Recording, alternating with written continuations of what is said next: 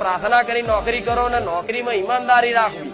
શું કીધું? ઈમાનદારી રાખવી. પગારથી વધારે લોભ લાલચ કરીને ચોરીની ભાવના રાખવી. ધંધો કરતા તો ધંધો આગળ કરીને, અગરબત્તી કરીને, કુળદેવીને આગળ કરીને, મન મેલડીને આગળ કરીને કરો, જે ધંધો કરતા હોય એ.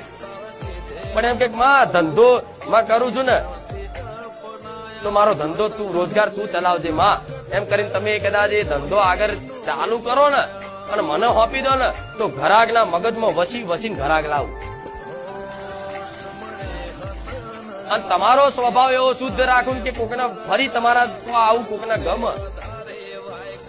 પણ અહીંયા તમે જો ચીટિંગ ને બેમાની કરો, ગ્રાહક ધંધાદારી વેપારી માણસ હોય એના માટે એનો ભગવાન, ગ્રાહક એનો ભગવાન કે ને, એનો જે ગ્રાહક હોય એ વેપારી માટે એનો ભગવાન છે. તો કોઈ ભગવાન આયા હોય એ પ્રમાણનો જો કદાચ એ ભાવ રાખી